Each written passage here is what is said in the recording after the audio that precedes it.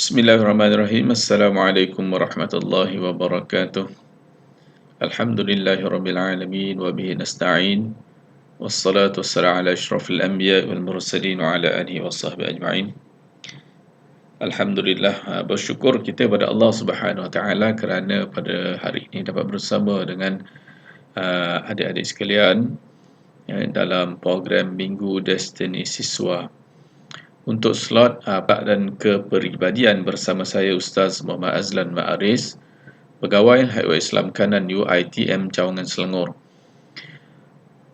Adik-adik yang dirahmati Allah sekalian,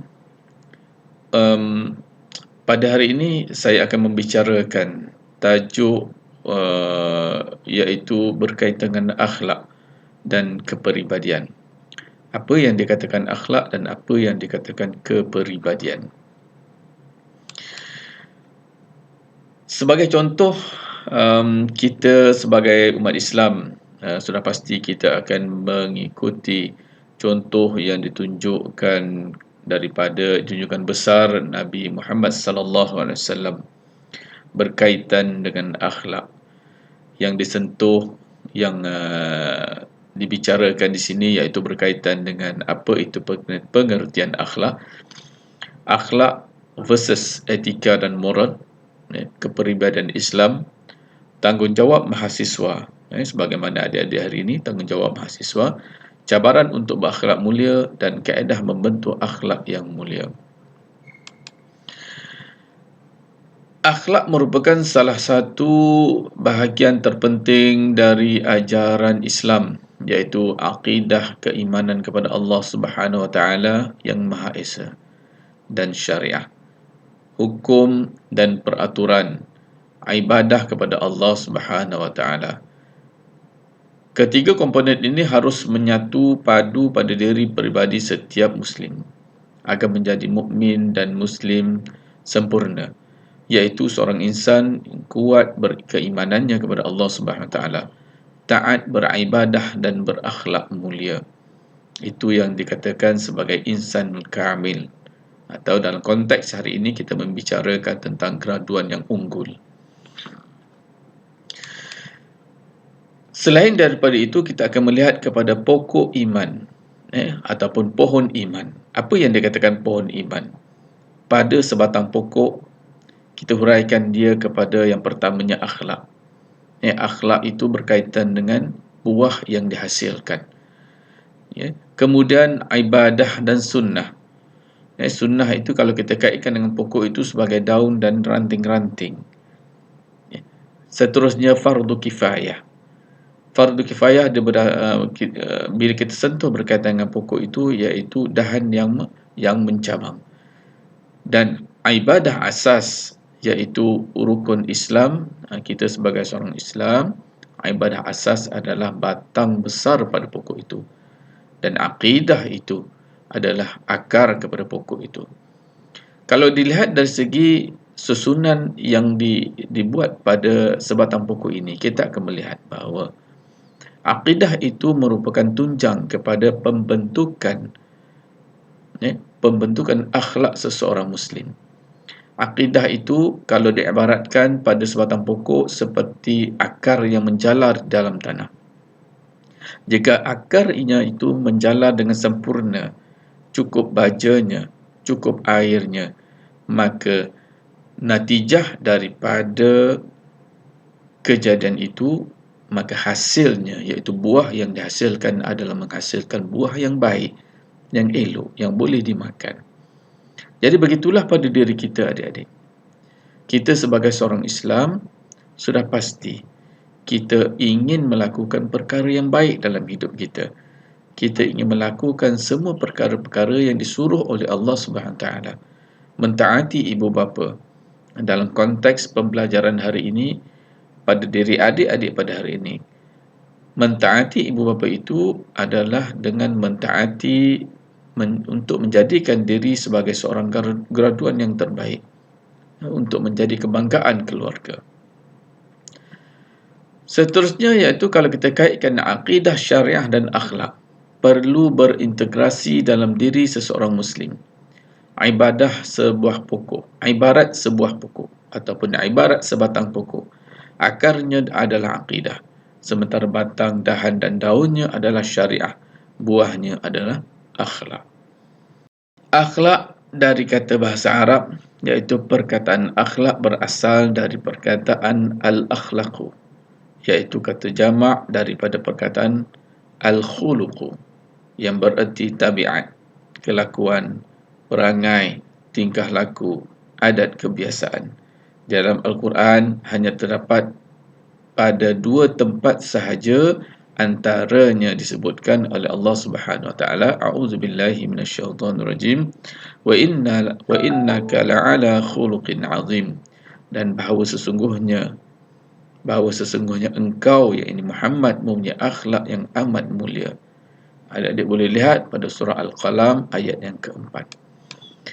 Seterusnya dalam pandangan mazhab ataupun pandangan imam-imam mu'tabar, ya, Imam Mishkawi, ahli falsafah Islam yang terkenal mentarifkan akhlak itu sebagai keadaan jiwa yang mendorong ke arah melahirkan perbuatan tanpa pemikiran dan penelitian. Ya. Maksudnya Islam, akhlak itu sebagai keadaan jiwa yang mendorong ke arah melahirkan perbuatan tanpa pemikiran dan penelitian, tanpa dirancang. Maksudnya akhlak ini adalah perkara yang tak boleh dirancang-rancang, tak boleh dibuat dengan perancangan. Bila akarnya, sebagaimana yang disebut di awal tadi, bila akarnya baik, maka buahnya akan menjadi baik. Begitulah diri kita. Jika asas kepada agamanya kita jaga betul-betul, insya-Allah akhlak yang ditunjukkan, tingkah laku yang ditunjukkan adalah akhlak dan tingkah laku yang baik tanpa dirancang. Kemudian Imam Ghazali mengatakan, akhlak ialah suatu keadaan yang tertanam dalam jiwa, yang menampilkan perbuatan-perbuatan dengan senang, tanpa memerlukan pemikiran penelitian. Ya, sama, lebih kurang maksudnya hampir sama dengan apa yang dinyatakan oleh Ibn Mishkawih.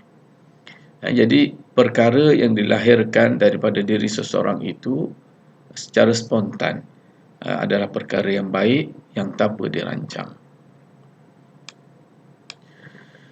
Menurut Imam Al-Ghazali lagi, akhlak yang mulia itu mengandungi 4 perkara, iaitu yang pertama bijaksana, yang kedua memelihara agama dari sesuatu yang tidak baik.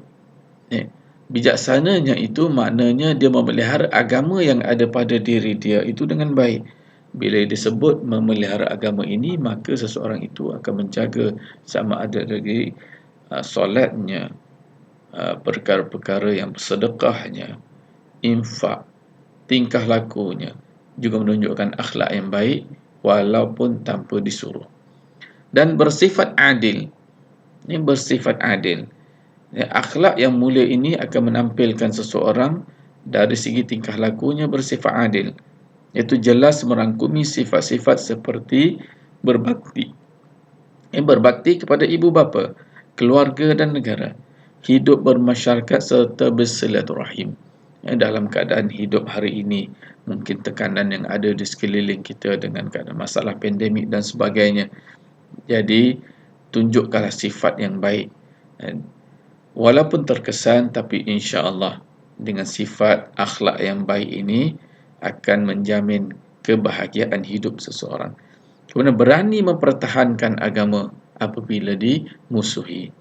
Sentiasa bersyukur dan berterima kasih, redha dan dengan kesengsaraan berbicara dengan benar. Inilah sifat-sifat yang dinyatakan oleh Imam Ghazali bahawa orang yang berakhlak mulia akan mempunyai sifat-sifat seperti ini. Seterusnya adik-adik, dalam membicarakan berkaitan dengan akhlak ini, kita akan melihat kepada 2 perkara, iaitu moral dan etika. Apa yang dikatakan moral? Berasal dari bahasa Latin moralis atau mores, iaitu jamak kepada perkataan mos yang bererti kebiasaan, iaitu perbuatan, budi pekerti dan perangai. Perkebiasaan, bila disebut kebiasaan ini maknanya kita sudah pasti, kita yakin bahawa akhlak tidak boleh direka-reka. Kemudian etika apalah, berasal daripada bahasa Yunani ethikos, daripada ethos, yang juga membawa erti adat, kebiasaan, perangai dan sebagainya. Jika dilihat kepada dua konteks perkataan ini, moral dan etika, dia mempunyai makna yang hampir sama antara keduanya. Ya. Antara ilmu akhlak, moral dan etika, iaitu menentukan hukum atau nilai perbuatan manusia dengan keputusan baik ataupun buruk. Itu persamaan di antara tiga perkataan, iaitu akhlak, moral dan etika.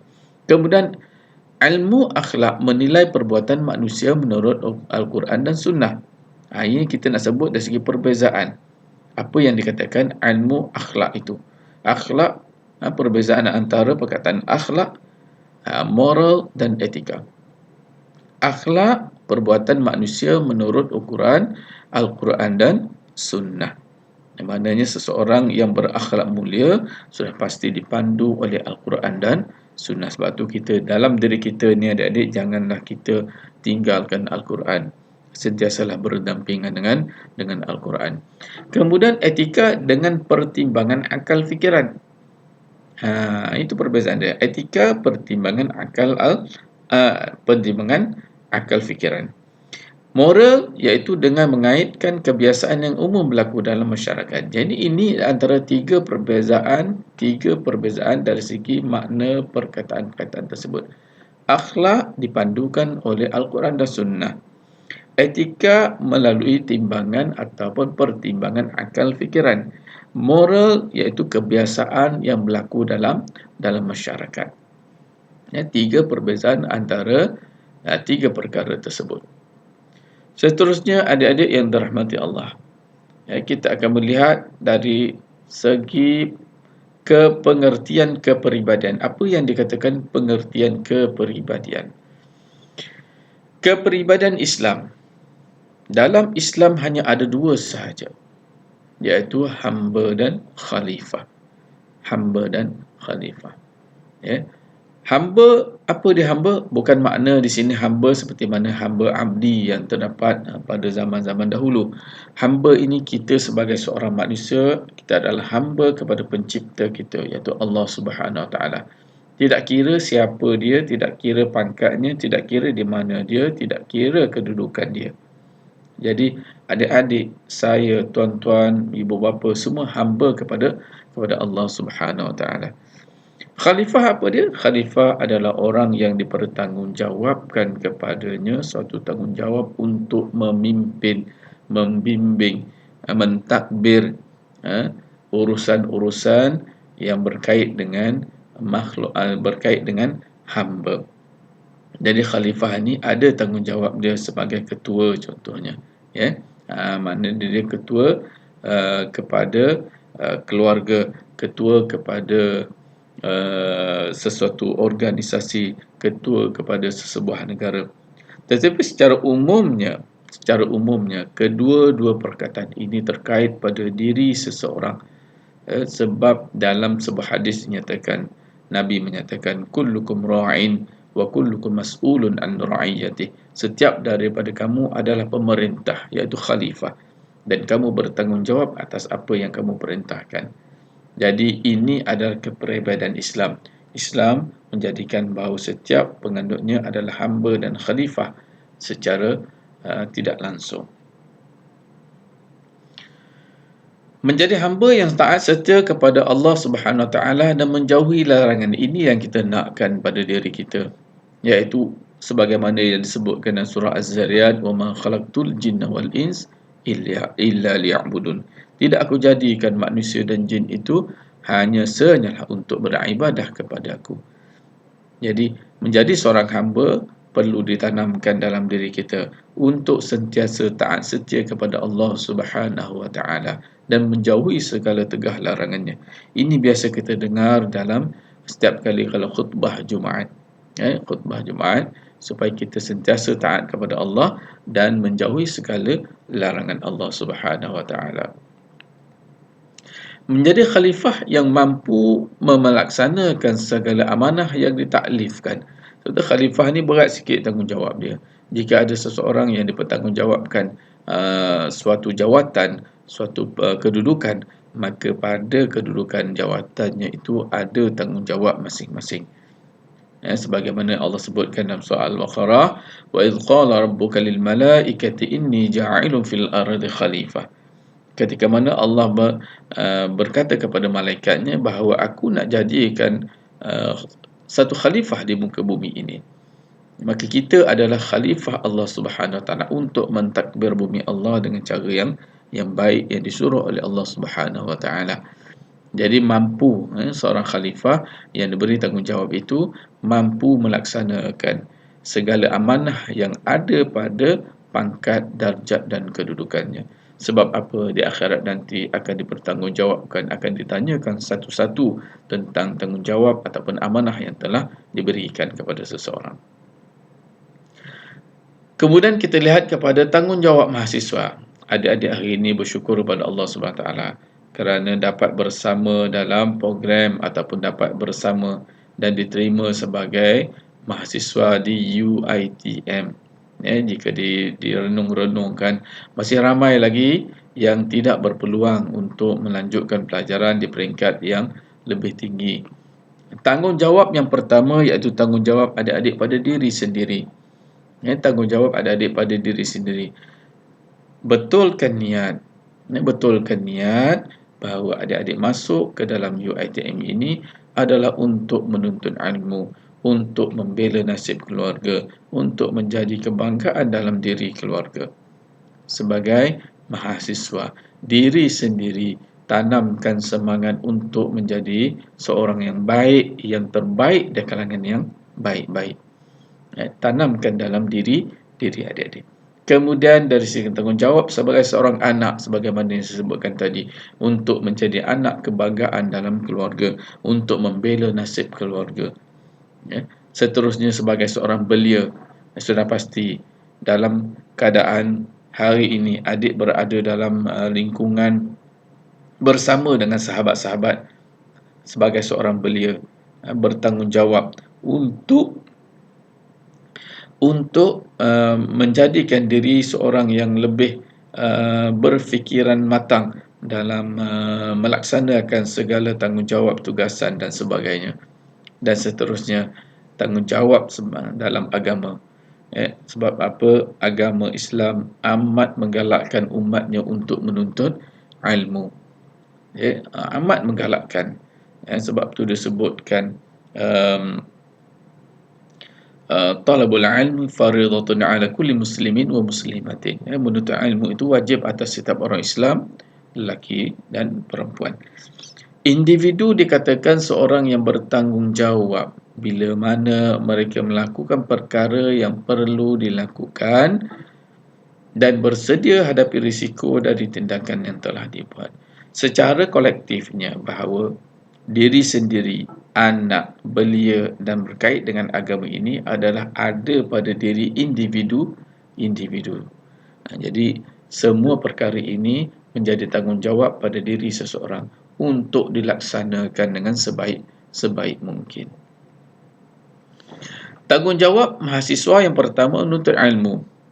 Tanggungjawab mahasiswa yang pertama adalah menuntut ilmu. Sangat penting. Betulkan niat, i'tiqad ataupun istiqamah dalam menuntut ilmu. Penting kan memilih perkara yang lebih penting daripada yang penting. Tanggungjawab utama mahasiswa adalah menuntut ilmu. Yang kedua, menghargai masa. Ini sangat penting, adik-adik.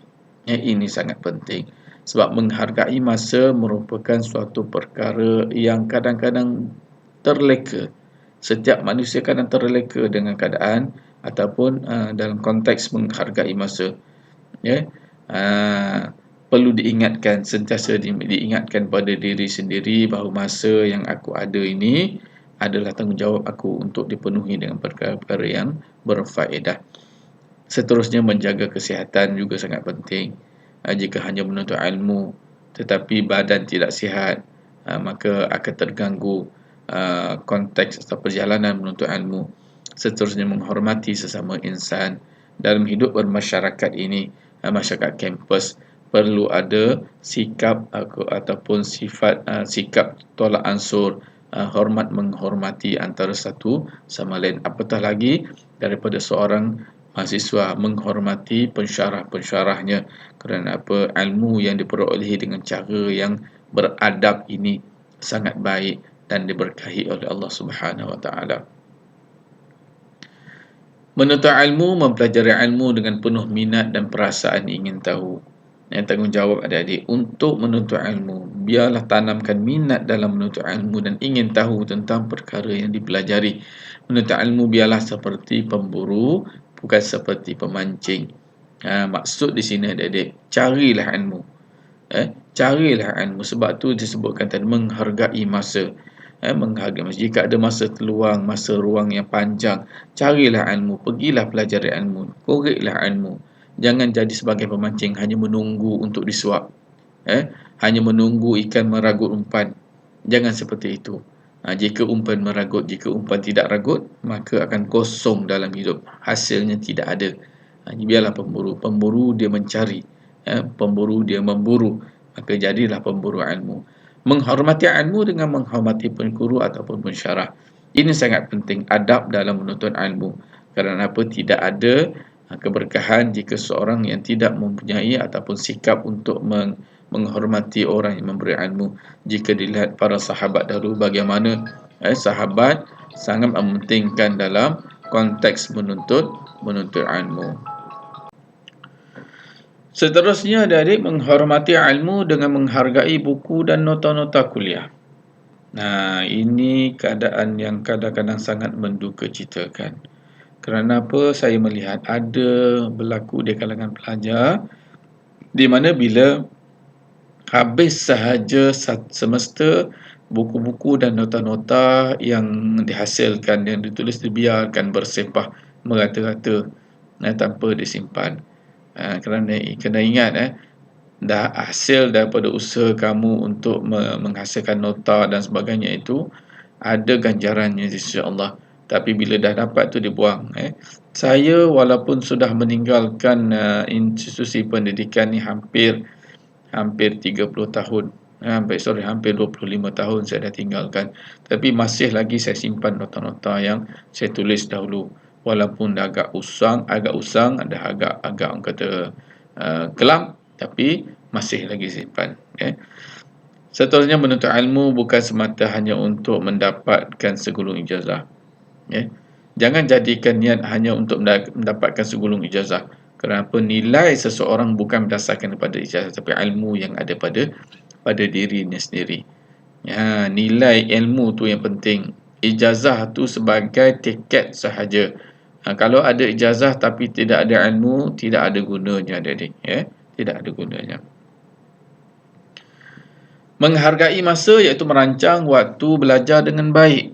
Kurangkan hiburan, banyakkan bacaan, amalkan budaya, diskusi ilmiah bersama rakan, sisihkan budaya suka, tangguh bertangguh. Ini sangat penting, iaitu dalam konteks menghargai masa yang saya sebut tadi. Ramai yang tergelincir dalam konteks menghargai masa. Kerana sangat penting masa ni, sebab tu Allah rakamkan dalam Al-Quran, wal asri innal insana lafi khusrin illa allazina amanu wa amilus salihat wa tawasaw bil haqq wa tawasaw bis sabr. Allah merakamkan perkara ini dalam Al-Quran. Dalam konteks menjaga kesihatan, yang pertama, sediakan masa untuk beriadah. Sediakan masa untuk beriadah. Ini sangat penting, kerana apa? Beriadah ataupun bersukan ini boleh menjadikan diri fizikal kita lebih kuat, lebih sihat. Kemudian amalkan pemakanan yang sihat. Walaupun kita rasa kita makan macam-macam sekarang ni dalam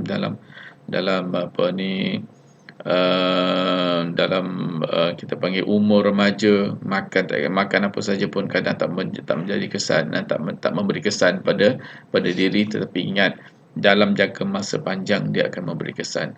Seterusnya, elakkan daripada makan makanan yang syubhah dan haram. Elakkan perkara ini dalam kehidupan, insya-Allah.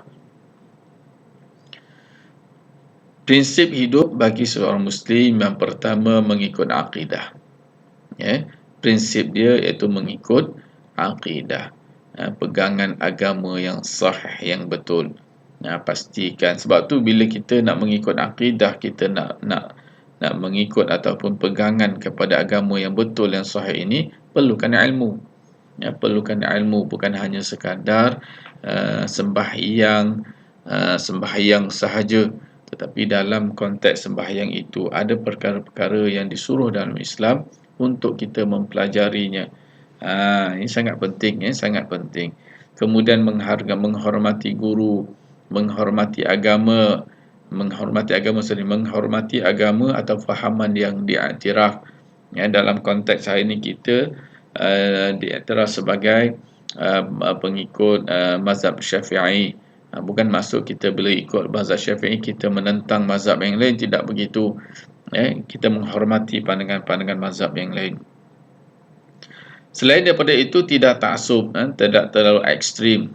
Prinsip hidup ni janganlah terlalu ekstrim dalam mempertahankan hujah masing-masing. Walaupun betul, tetapi ada perkara yang perlu kita jaga juga dalam mempertahankan hujah. Sebab itu Islam sangat mementingkan khairul umuru awsatuha. Sebaik-baik perkara itu adalah perkara yang pertengahan. Tidak taklid buta ni ikut buta, ikut kata istilah minta maaf saya sebut istilah membabi buta. Bukan begitu, ikut saja tanpa ada hujah, tanpa ada ilmu. Itu yang kita khawatir. Jadi sangat penting dalam prinsip hidup ini untuk kita sama-sama, untuk adik-adik sama-sama mencari ataupun memburu ilmu. Kemudian tanggungjawab sebagai seorang anak, yang pertama menghormati dan mendengar nasihat. Menghormati dan mendengar nasihat. Kemudian tidak menjatuhkan maruah mereka, iaitu maruah ibu bapa. Hidup dalam kampus ini, hidup dalam masyarakat kampus ni banyak sangat dugaan dia. Banyak sangat dugaan. Apatah lagi jika di kampung mungkin tidak terdedah dengan perkara-perkara yang terlalu kita kata tidak ada batasnya. Jadi datang sini dia menjadi kejutan budaya, itu kita tak nak. Supaya peringatan diberikan pada diri seseorang ataupun diri seorang anak itu untuk tidak menjatuhkan maruah ibu bapa. Seterusnya membela nasib mereka. Saya sebut di awal tadi, membela nasib ibu bapa. Kemudian sentiasa mendoakan dan tidak membebankan mereka. Banyak-banyaklah berdoa kepada ibu bapa. Di ruang waktu yang ada, dalam ruang waktu senggang yang ada, selepas solat ataupun bila-bila masa saja, doakan kebaikan untuk ibu bapa, untuk kesejahteraan mereka. Moga Allah menerima, mendengar doa anak-anak yang saleh dan salihah. Yusuf Qaradawi pada tahun 98 menegaskan bahawa perlu segera disedari bahawa pemuda kebangkitan Islam adalah generasi termahal, yang paling berharga yang terdapat di negeri-negeri kaum muslimin. Sebab tu dikatakan pemuda kebangkitan Islam adalah generasi termahal yang paling berharga dalam negeri-negeri kaum muslim. Kemudian dalam khutbah Aidil Adha di Iskandaria, Mesir berapa tahun yang lalu, saya tegaskan kepada jemaah, iaitu Yusuf Qaradawi menegaskan, sesungguhnya yang termahal di Mesir bukanlah kapas, minyak dan terusan Suez, tetapi para pemudanya. Pemuda mukmin yang lurus merupakan potensi termahal dalam masyarakat mereka. Mereka adalah kekayaan masyarakat yang sebenarnya. Mereka tabungan masa depan ummah. Oleh kerana itu, sewajarnya kita memberi perhatian yang besar kepadanya. Jika anda meninggalkan mereka, maka dengan siapa lagi mereka mahu membangun dan memajukan ummah. Ini petikan daripada khutbah yang disampaikan oleh Yusuf Qaradawi, yang disampaikan di Iskandaria. Penyair terkenal Mesir Ahmad Syauqi pernah bermadah, innamal umamul akhlaqu ma baqiyat fa innahum zahabat akhlaquhum zahabu. Sesungguhnya suatu bangsa itu kuat dan hebat kerana akhlaknya, Jika rosak akhlak itu, maka bangsa itu akan lenyap dan hilang. Ini sangat penting untuk kita menjaga ataupun mendidik menjadi orang yang berakhlak mulia, kerana akhlak inilah yang akan menjadi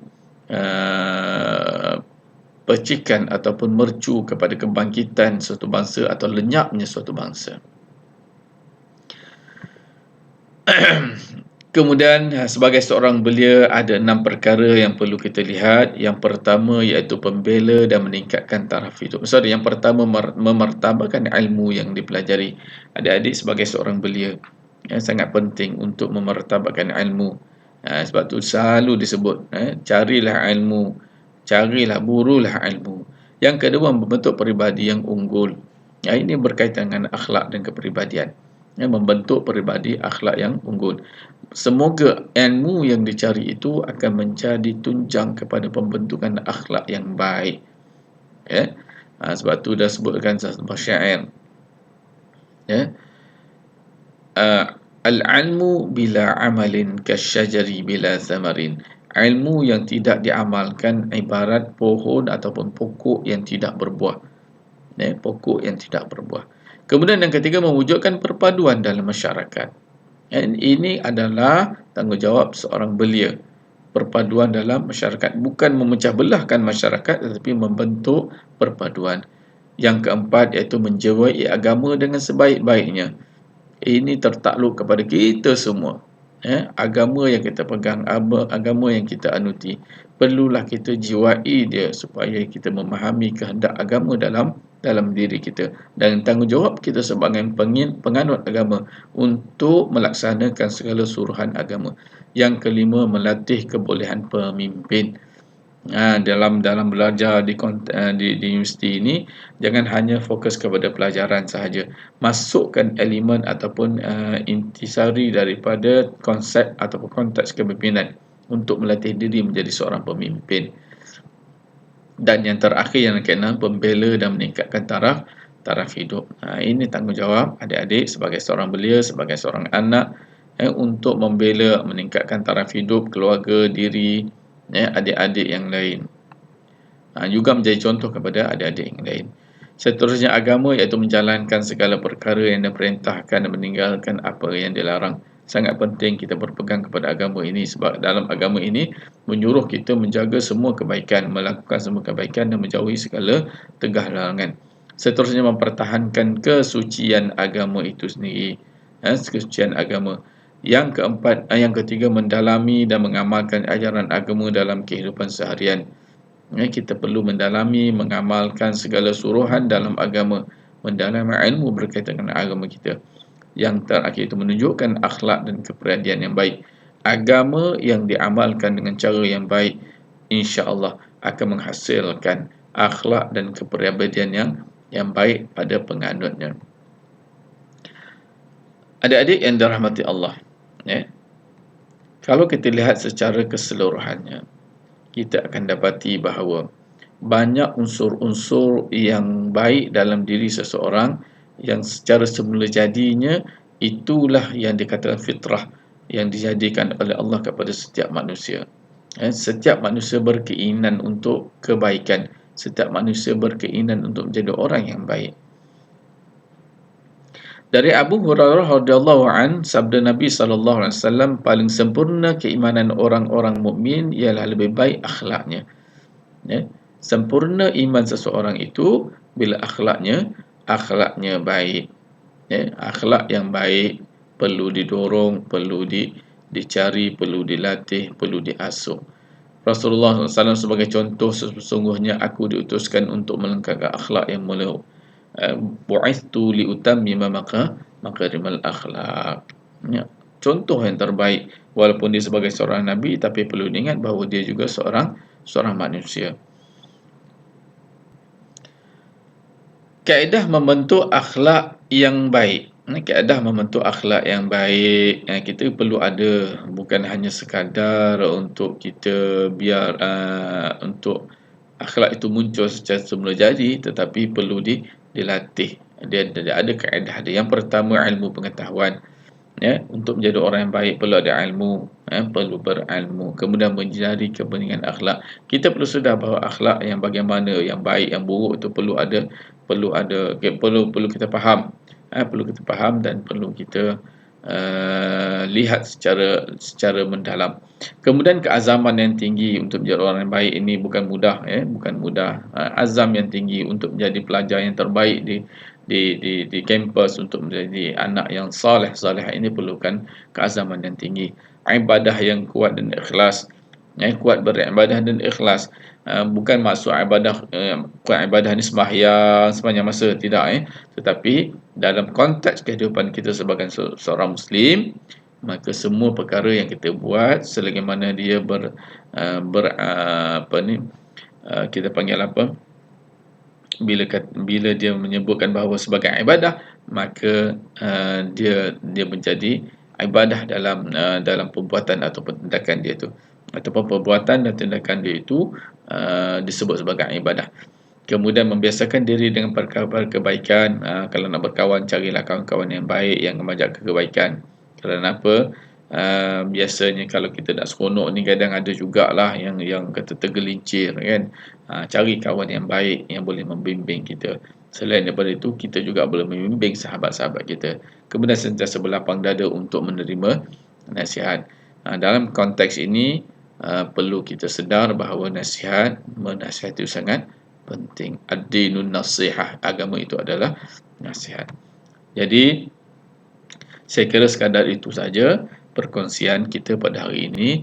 Aqulu qawli hadza wa astaghfirullahal azim li wa lakum. Wassalamualaikum warahmatullahi wabarakatuh.